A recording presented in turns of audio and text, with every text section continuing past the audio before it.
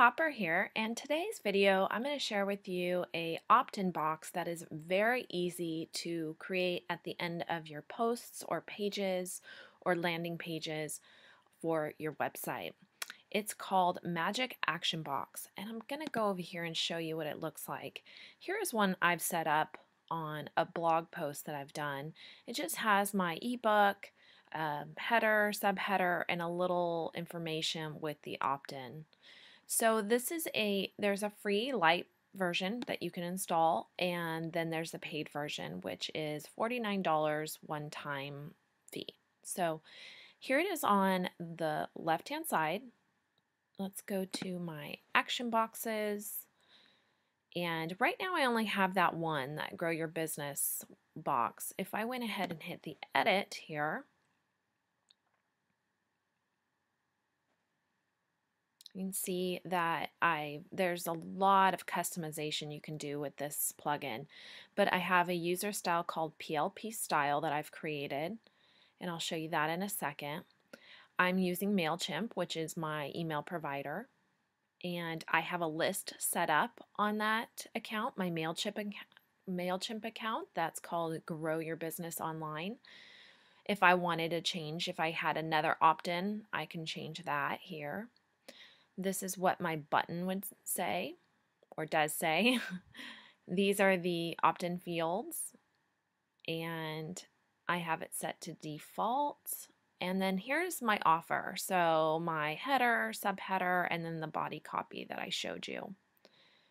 So you can also put this secondary copy in here, and then down below you can also customize width and height, and then the placement if you want it to be the image on the left or the right or the top if you had a very horizontal image like a header, and then some custom CSS if that's what you wanted to do. And I would just either just hit update, or if I was creating it, I would say I was doing an add new, then it would say save instead of update.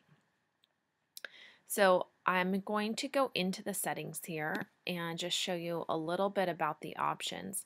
You can do a couple different things. You can set them up to automatically default like after your pages or your posts, or you can just go ahead and select them randomly after each post. So there's not much here to share on the general, but for email providers, you would have to go and get your authorization code or your API code from MailChimp to plug that in here.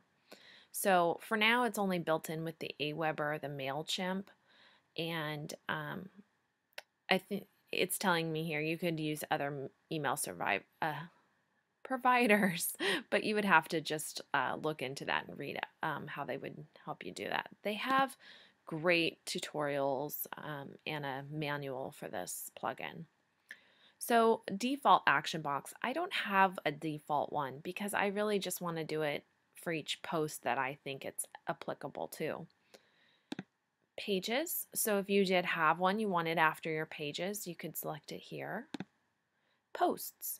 So for the posts, I could always have my, Grow Your Business box show up. And then this one's really cool is categories. So let's say you had lots of different offers. You had a paper on search engine optimization and you wanted them to opt in for that after articles that pertain to search engine optimization, or you had a social media one. So you can customize the call to action at the end of each blog post that pertains to this category. So once you set up the post and select a category, whatever default box you select is automatically going to show up to your audience to try to get them to opt in.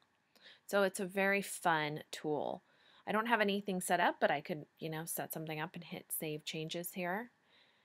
And I'm just going to last jump into styles and just show you, I already have a style set up. It's my pretty little pixel style, but you can easily create a new style. But there are so many options. You can select the corners, you want rounded corners, the color of the box, the content colors, the background, the link colors, the colors of the heading, the font size, I think you get the picture. You can pretty much do whatever you want here with the style. And if you don't find choices here that you like, you can even just customize your own with the CSS. So you can even do these form boxes. All right, so that is the Magic Action Box plugin, and again, there is a free version, so if you want to try it out, you can just, I'll put it in the notes down below. All right, so this was Tennille with Pretty Little Pixels and Savvy WordPress training, and if you want more training and resources for your WordPress website, I hope you subscribe, and I'll see you next time.